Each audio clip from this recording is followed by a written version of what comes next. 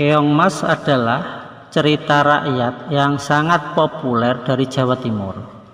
Bahkan saking populernya, namanya akhirnya dijadikan Taman Legenda dan Teater IMAX yang berada di kawasan Taman Mini Indonesia Indah.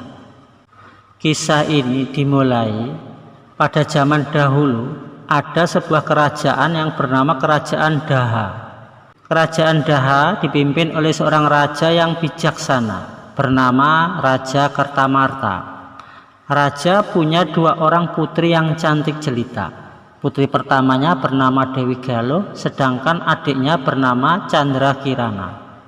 Candrakirana memiliki seorang tunangan, tapi Dewi Galuh belum mempunyai tunangan. Tunangan Candrakirana adalah putra mahkota Kahuripan yang bernama Inu Kertapatih. Suatu saat Inu Kertapatih ini mengunjungi kerajaan Daha. Kemudian disambut oleh Raja Kertamarta dan keluarganya. Setelah masuk ke dalam istana, mereka akhirnya bertemu dengan Candrakirana. Saat itu Candrakirana bersama dengan Dewi Galuh, kakaknya. Akhirnya mereka bertiga pun ngobrol bersama-sama. Pada saat itu Dewi Galuh merasa cemburu kepada adiknya sendiri. Bahkan saking cemburunya dia, Dewi Galuh pun akhirnya kesal. Karena mengapa Candrakirana yang selalu beruntung, dia mendapatkan seorang pangeran yang sangat gagah dan tampan. Sedangkan Dewi Galuh sampai saat ini belum mempunyai tunangan. Akhirnya Dewi Galuh pun menjadi gelap mata. Dia pun pergi ke seorang penyihir untuk membantunya menyingkirkan adiknya sendiri, yaitu Candrakirana. Akhirnya penyihir pun setuju dengan permintaan Dewi Galuh. Pada keesokan harinya Dewi Galuh bertemu dengan Candrakirana di taman istana. Candrakirana yang tidak tahu perbuatan kakaknya tampak santai saja. Pada saat mereka berdua bercengkrama di dalam taman istana, tiba-tiba secara ajaib penyihir jahat itu muncul di tengah-tengah taman, sehingga Candrakirana menjadi sangat ketakutan. Penyihir yang jahat itu kemudian mengutuk putri Candrakirana menjadi seekor siput. Tiba-tiba saja tubuh Candrakirana diselimuti asap tebal. Saat asap menghilang, Candrakirana telah berubah menjadi keongmas. Kutukan ini akan hilang jika engkau bertemu tunanganmu. Sebelum itu terjadi, aku singkirkan kamu dulu. Aku akan memberitahu kepada papa dan mama bahwa kamu telah menghilang. Demikian kata Dewi Galuh sambil menendang siput atau keongmas jelmaan Candrakirana itu ke kolam istana. Candrakirana pun sangat bersedih dengan kekejaman kakaknya sendiri itu. Kenapa dia begitu jahat? Apakah aku pernah menyakitinya? Begitu batin Candrakirana sangat sedih dan ketakutan. Candrakirana yang berubah menjadi keongmas pun akhirnya terbawa arus sungai menjauhi kerajaan Daha. Dan singkat cerita, ada seorang nenek yang berada di tepi sungai yang sedang mencari ikan. Akhirnya jaringnya menangkap seekor siput atau keongmas, yaitu jelmaan dari Candrakirana. Nenek itu pun terkejut, apa ini? Keongnya berwarna keemasan. Belum pernah aku melihat keong seperti ini, gumam si nenek dengan terheran-heran. Nenek itu pun kemudian membawa keongmas ke rumahnya dan dia merawat keongmas di dalam sebuah vas. Keesokan harinya, tanpa disadari oleh sang nenek, keongmas berubah menjadi manusia sampai siang. Nenek itu kemudian kembali ke sungai untuk menjaring ikan.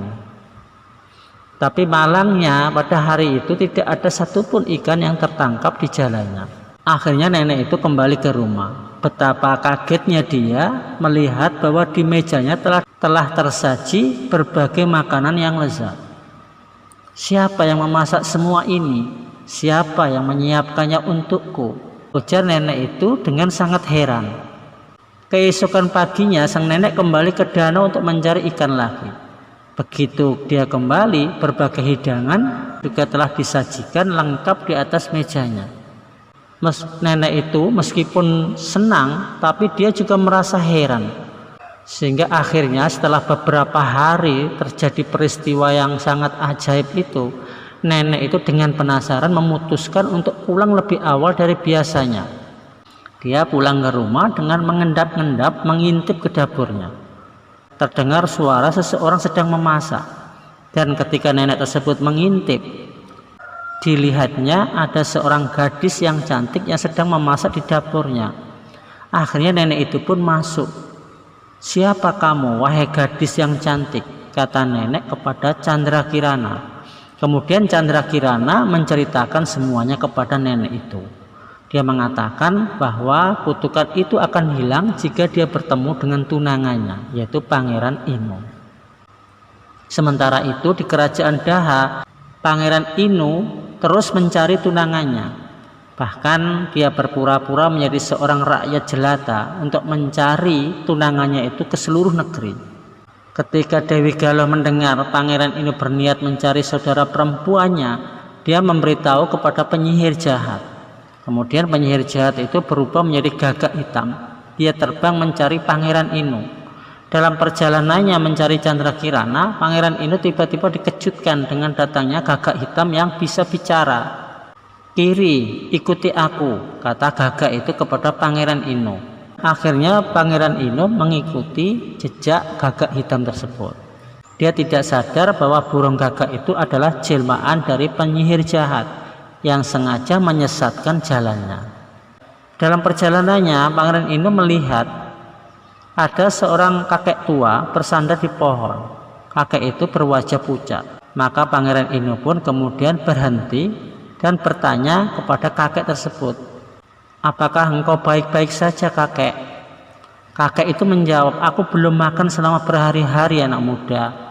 Pangeran Inu pun segera membantu sang kakek dengan memberikan sekotak makanan.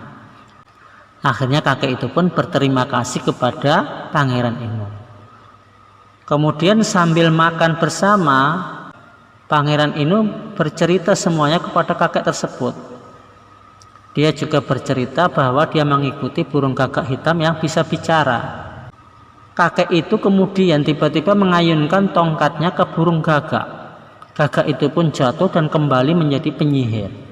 Ternyata kakek itu juga adalah seorang yang sakti.